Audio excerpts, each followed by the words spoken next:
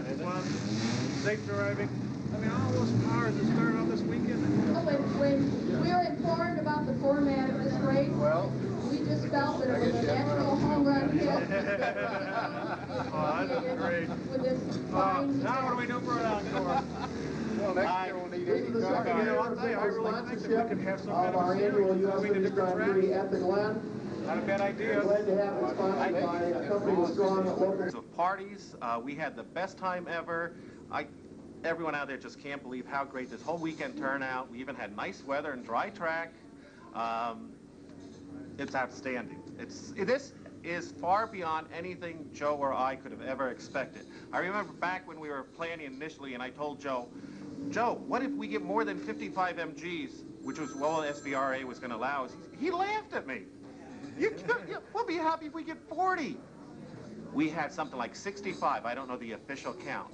And this is far beyond any field the SCCA ever had, the Vintage ever had. As far as I know, this is probably a world record for the number of MGs ever together racing. And I'm very proud of all the drivers on the track, the excellent driving they did, the signaling, and the camaraderie out there. It was I couldn't believe looking in my mirror and seeing MGs back as far as I could see in the mirror as I drove around the track.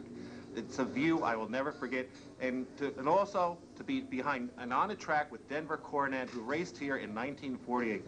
Very impressed with the man.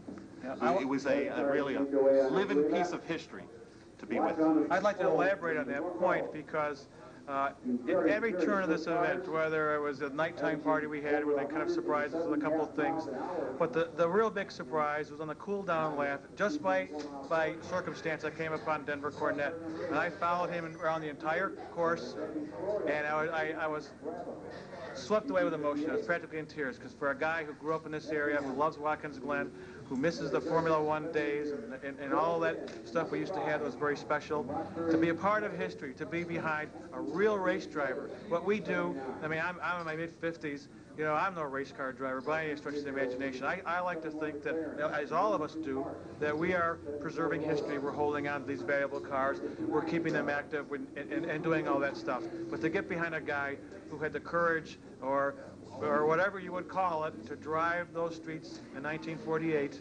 and that's a real race driver. We just play at it. But it was an extra special thrill that I hadn't planned on. This whole weekend, well, I've been here since Tuesday, but this whole time here has been beyond belief. And the friendship, though, I didn't have one complaint from any of the drivers. You know, we worked together.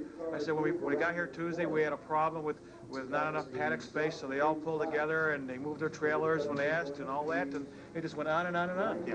I like to say, we have an expression in the MG Vintage Racers that we use as our slogan. I think it was very true this weekend. It's a quote we use from Shakespeare that one of our members, Sarah Carr, who raced the TD, had suggested. I think we've really adhered to it very well. We few, we happy few, we band of brothers. And I'm very proud of that's a way, everyone working and helping. We're not competing together. I mean, you'll help the guy next to you to make sure he gets out more than you'll even be concerned about yourself. This is really a group of, brothers working together and sharing and enjoying. It's something we have that's very special. I don't care who wins out there. That's right. That echoes, I think, everybody's sentiments.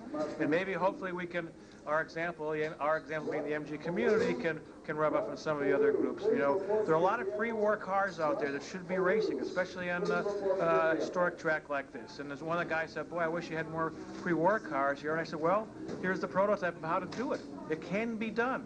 We went from, 8 cars last year and to 65 this year. And there are a lot of interesting pre-war cars. You'll see them at the big events like Monterey.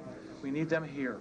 They belong here. It's part of the tradition. Well, pre-war is not part of the tradition. Well, yes, it was, because the 1948 race included a lot of pre-war cars. So certainly it does, but they need to be preserved. They need to be put on the tracks, taken out of the museums. And this is the place to do it. Thank you very much. Quite welcome. My pleasure. We hope we gave